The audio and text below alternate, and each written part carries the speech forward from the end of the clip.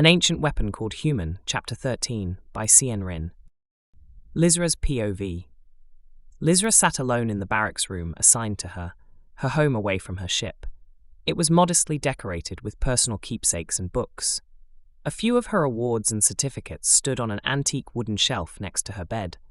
Her own questioning had concluded a few hours after the last meeting with Human and Commander Alibri. She wasn't given much opportunity to speak and was mainly reprimanded for her actions. She had acted against the recommendation of an extant, and even though she outranked Zat, it was incredibly rare for someone to disregard their advice.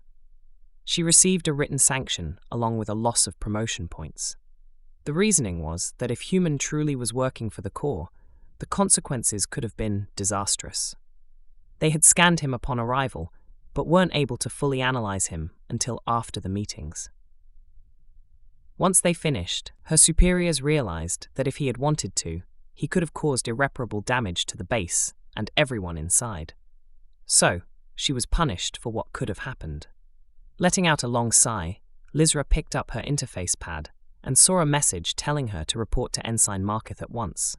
She donned her garrison uniform and left for the ensign's office, wondering if Human had already departed for some other system. He finally got what he wanted. Nobody telling him what to do, and free from any responsibilities. She just wished she had the chance to tell him goodbye before he departed. She opened the door to the office and found Marketh perched atop his desk above her. "I'm sorry things ended up the way they did, Captain, but you have to understand, if things hadn't gone exactly as they did, many lives could have been lost because of your actions. I stand by my decisions. You may not see it the same way that I do, but if it weren't for Zate, then it would have gone much better," Lizra reasoned. "Perhaps, however, your job as an officer is to make difficult decisions. I see now that that is what you did. There's no denying that we are better off because you refused Zate's suggestion." "Thank you, Ensign. Moving on, there is always work left to do. We are dispatching your team to the INTAR system. You will meet up with Ensign Kurth for a follow-on mission." "So soon? We just got back?" Lizra complained. "I wish that I could give you a longer leave here. However, things have changed. Knowing that there are more humans still present in the galaxy, and with less benevolent intentions than our recent guest, we have much to do. Upon arrival, Ensign Kurth will fill you in on your task. You are to gather your crew and leave at once. I do not wish to work with Zate going forward. I am requesting that they be reassigned. That's not possible. We are already in short supply of competent extants. Then I'm recommending her for promotion, effective immediately. Captain, you cannot recommend them for promotion merely to avoid working with them. This is far too early in their service timeline anyway. I will be denying it. Since everyone seems to think they did an excellent job with my report, I'd say they've earned it. I will still be putting in the paperwork." "Very well, even if it goes through against my recommendation, they will still accompany you on this mission. You are dismissed, Captain." Marketh waved his paw to dismiss her and went back to his work. Lizra left the room and contacted Argol, informing him that he was needed as soon as possible. She gathered a few items from her room and made her way out to the spaceport to prepare for departure. Human's POV. "Systems seem good. Thanks for getting that manual on how to operate this thing," Human said, sitting in the cockpit of his newly acquired ship, starting it up for the first time. "Have you inspected the trigger parameters for that self-destruct device?" "Indeed, no hidden or remote triggers. I can safely say that it won't just detonate when we leave the system. Any chance we can get it deactivated once we're out of here?" Human asked, as the engines started up, the ancient striker trembling all around them. Tic-Tac was placed in the co-pilot's seat, various wires sprouting out of him and into the ship's out-of-place modernized controls. Not without tearing the cockpit apart and reconstructing it. It should not be an issue. "We'll just have to live with it. Ready to get going?" Human asked excitedly. "Where to, Captain?" Tic-Tac asked, assigning Human the title. "Don't start with that," Human grinned. "Set us out for the nearest developed system. This thing could use some upgrades." "I've already started drafting improvements to the slip drive to increase its speed exponentially. I may be restricted from their military systems, but the public networks still have nearly limitless amounts of information. As unwelcoming as our hosts were, they had the decency to provide us with enough of their currency to be self-sufficient for some time. Things just keep getting better and better for us then. Human stated as the ancient striker lifted off the ground, its old engines roaring louder than anything else in the spaceport, drawing the gaze of everyone on the ground as they lifted off and into the sky. The blocky transport shook and rattled as they attempted to break free of Aluris's gravity, sounding like it would break apart at any second. Once they were out and among the stars, the ship's protests died down and the combustion engines cut off, their speed remaining constant as they slowly traversed the void. Inputting coordinates, prepare for slipspace activation, Tic-Tac warned. A second later, Human was forced against the back of his seat by the sudden increase in acceleration, the dampeners unable to completely negate the shift in inertia. So, how long until we arrive? 3 days. I'm bringing us to a planet called Intar, a mixed-species colony world. They have massive industrial centers, so we should be able to acquire hardware at a low cost. We also need to stock up on entangled network particles when we arrive. Should I put you under for the journey? Yeah, go ahead. Wake me if there's any problems, Human instructed, and then like a switch being pressed, he was asleep. Human never dreamt when Tic-Tac forced him to sleep. It was like blinking once, and then you were awake, but there was the knowledge that time had passed. He opened his eyes and looked out of the cockpit. A large red planet, the red landmasses broken apart by long yellow streaks that spiderwebbed across its surface, branching out in all directions. Along the streaks were the marks of civilization, but ended a short distance from their edges. Thin cities followed along the river's contours and lined the entire canyon network. Welcome back to the world of the waking. I've gone ahead and taken the liberty to contact a mechanic on the planet's surface. We'll be reaching the atmosphere momentarily. I'm bringing us in on a shallow vector to burn less fuel. Brace yourself. They burned through the atmosphere and came down along the edges of the widest river. The urbanization on either bank only stretched for a couple of miles out from the water's edge and gave way to a thick red jungle, with trees stretching into the sky, higher than any of the skyscrapers that dotted the cities.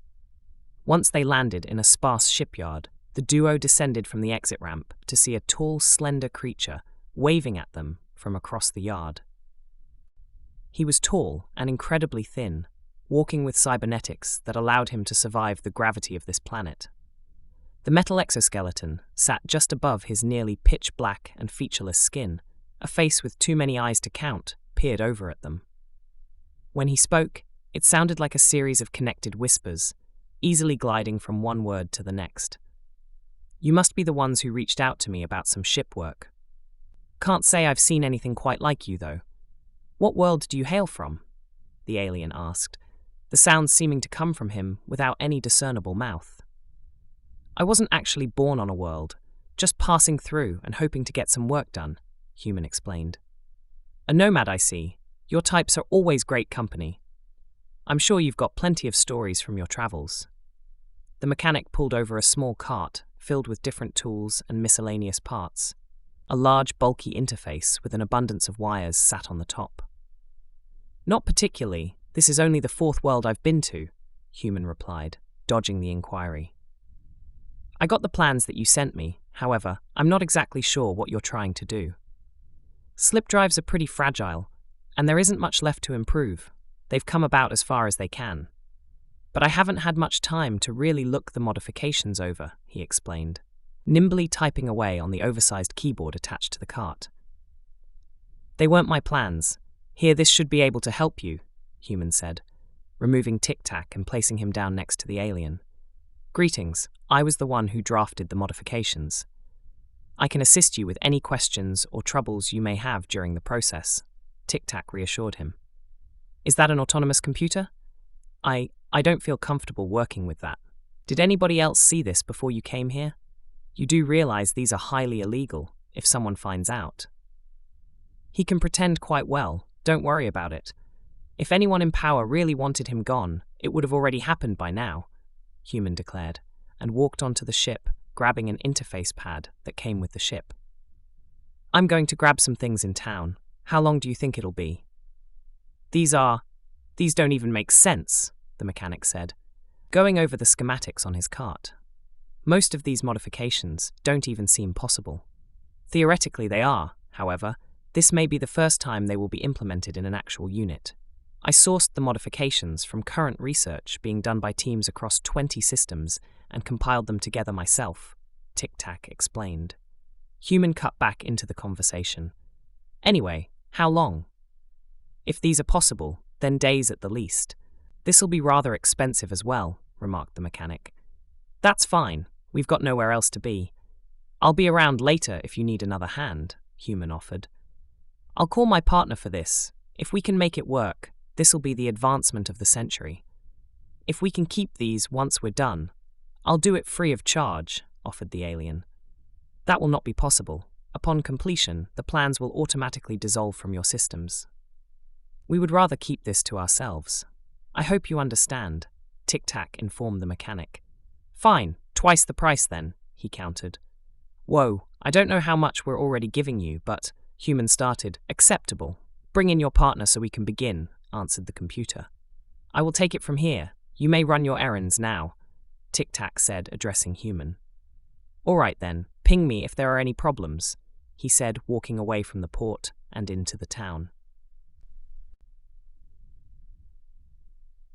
Other than the occasional odd look, Human had no issues as he made his way around town. Using the interface that was left to him, he purchased some items for the ship, along with some sets of tools to allow him to complete any projects that he may have in the future. After the third day, the mechanic finished the modifications and gave Human a rundown on all the changes. "We updated the physical engines as well to more modern standards, but we couldn't do anything about how loud they are.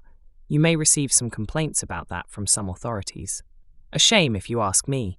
A beauty like this should be preserved," he said, admiring the old striker.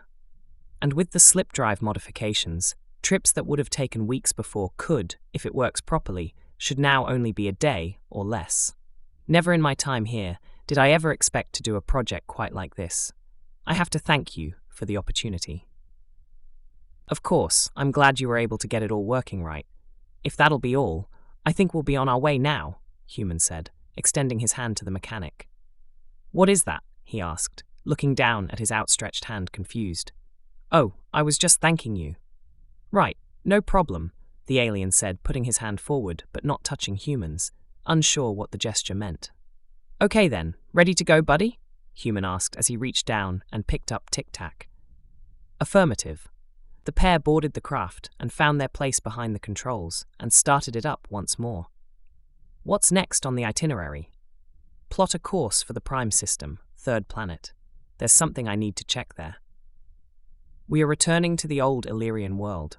Are you sure that is wise?" "It is in the middle ring, which is currently disputed space. We could run into some trouble." "It's a dead system. The only reason anyone was there last time was because they were instructed to go there. I need to confirm something." "Understood. Plotting our route now." They pulled away from the crimson planet below and activated the experimental drive. It hummed to life much more furiously than before. A high-pitched whine shook the hull of the ship as it attempted to engage. "Can the dampeners handle the new upgrades? You had those changed too, right?" "Potentially. It's best if you hang on tight." And, as he finished the sentence, Human lurched back in his seat and blacked out. He came to later checking the timestamp in the corner of his visor. 2 days had passed since he was last conscious. "Is that going to happen every time we make a jump now?" "Unfortunately, though I would say the saved time is worth it. I could have woken you up sooner, but it was not necessary." "I take it we're here then?" "Yes. What was it that you wished to confirm?" "Bring us to the wreckage of the precursor. It should still be here in orbit around Prime H197. I need to see it." "I assure you, they are gone. There is nothing left to see." "Bring us to it," Human instructed stubbornly, refusing to back down. Very well. After a few more minutes, they arrived at the last known location of the precursor. Outside the cockpit, debris was coming into view all around them. They navigated the wreckage of smaller ships, heading towards the epicenter of the wreckage. A few minutes later, they reached the center of the remains. Visible in front of them were the large shattered pieces of a once massive dreadnought. Large chunks of the ancient ship drifted through space, showing no signs of life or any recent activity. As I stated, there was no possible way for any survivors to escape. Without any working ships or FTL technology, anybody that managed to survive would have died not long after the precursor's destruction. I detect no signs of life outside. I just had to be sure. The way they talked back on Ilurus, it just made me doubt myself. Thank you. We can move on now. I don't want to dwell on this anymore. Human sighed, filled with relief that his suspicions were false. Where should I bring? Tic-Tac started, but then paused for a moment. We just received a transmission. Only the OF knows the network key of this ship. I thought we told them not to contact us again. What could they possibly want this time? Decrypting it now, it is a video communication. Displaying it on your visor now, Tic-Tac finished, a window popping up in the center of Human's vision. It showed the recording of a security camera aboard the Scav, dated minutes ago. Before it played, he heard the robotic voice of Zate ring in his ears. Human, by the time you view this transmission, we will be deceased. To be continued.